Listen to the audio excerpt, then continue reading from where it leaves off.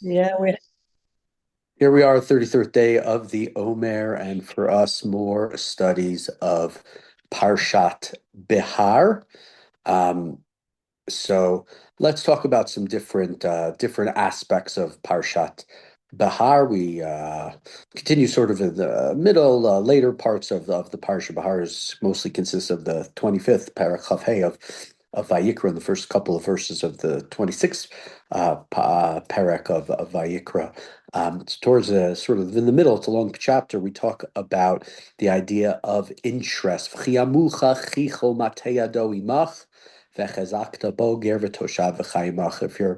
your friend is your brother is struggling and he reaches out his hands to you, strengthen him, right? From the word chazak, ger v'toshav v'chayimach.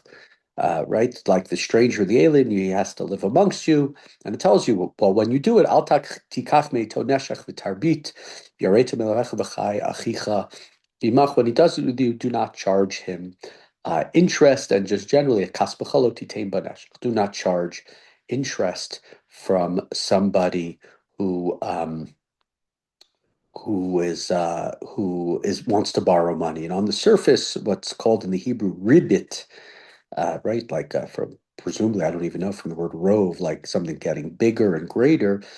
Interest is about not profiting off somebody's hardship. We know, right? You think of the payday loan people, the people are lending money out at 15, 18, 20, 25%, the really horrific people in this industry. We're not talking about somebody who's doing it at a very small level, and certainly, of course, the following the Jewish law of interest-free loans.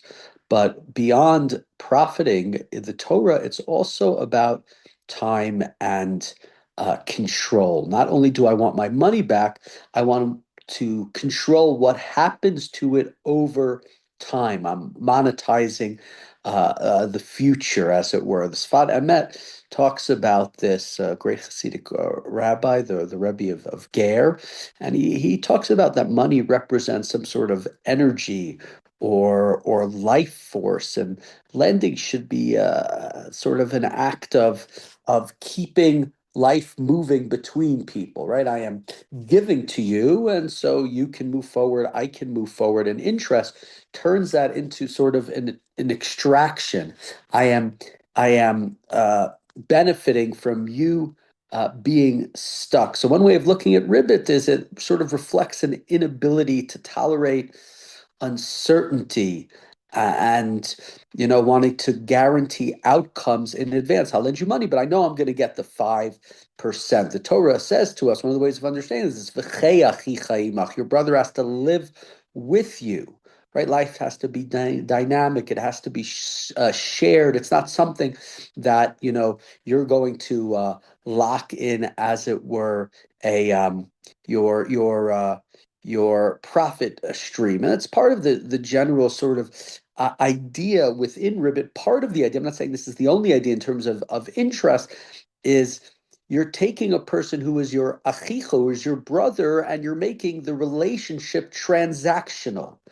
Charging interest, sort of is saying it's it's not, I'm not there for you. You are part of a transaction. It's not a bad business practice, and obviously the time value of money, generally it makes sense, but it goes against what we want the Jewish society to be like and to look like. Shemitah, we talked about it yesterday. Everything resets, things start over.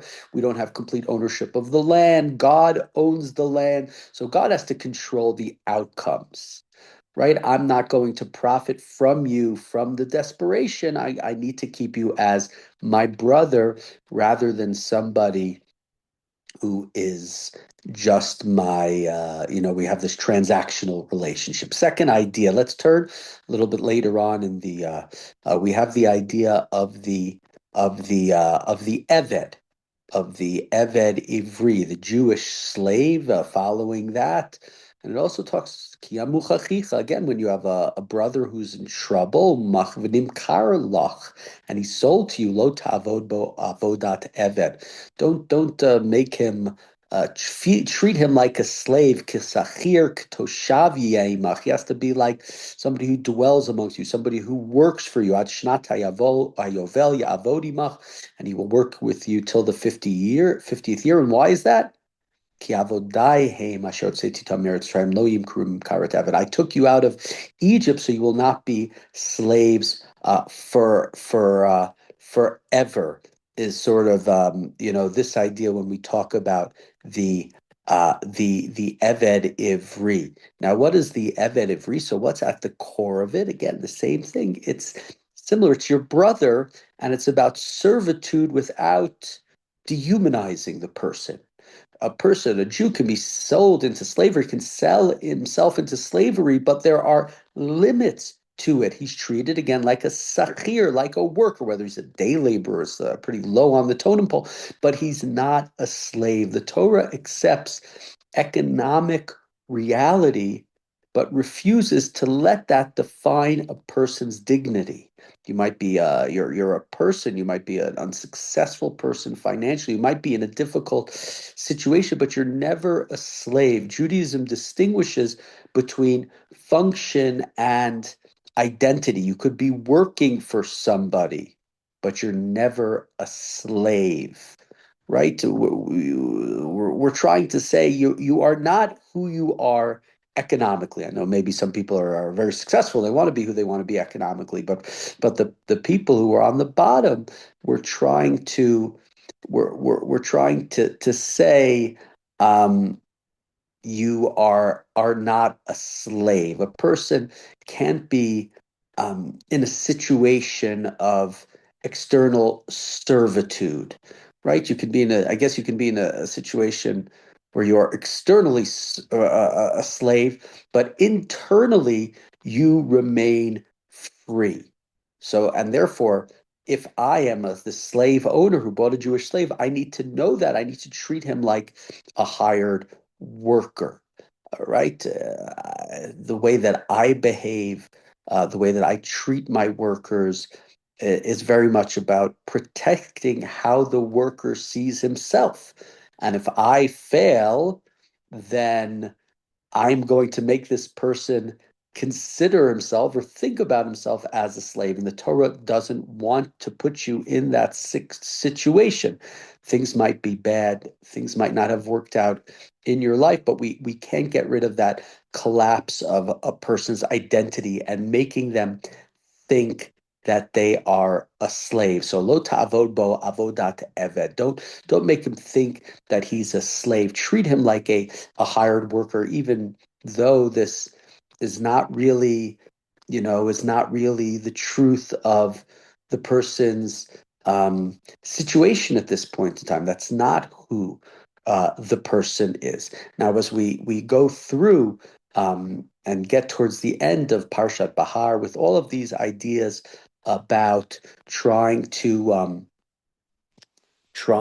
make an equitable society, trying to make sure that people who things have not worked out well are not stuck on the bottom rung of the ladder and are not stuck in a place where they can in any way, shape, or form move themselves back up. Will free the slaves. Will open the land. Right? It's a social piece, a very extraordinary social piece to what we might call a generally regular capital system.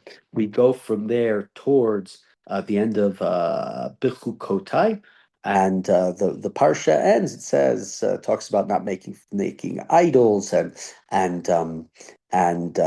keeping Shabbat is where the parsha ends. And so, right, with the idea together with it of why is this all? Because Kili Yisrael Avadim, Avadai Heim, right? Bnei Israel are my slaves. Asher otziti otam me'eretz Mitzrayim. I took them out of Egypt. You cannot be owned permanently because we already belong to God.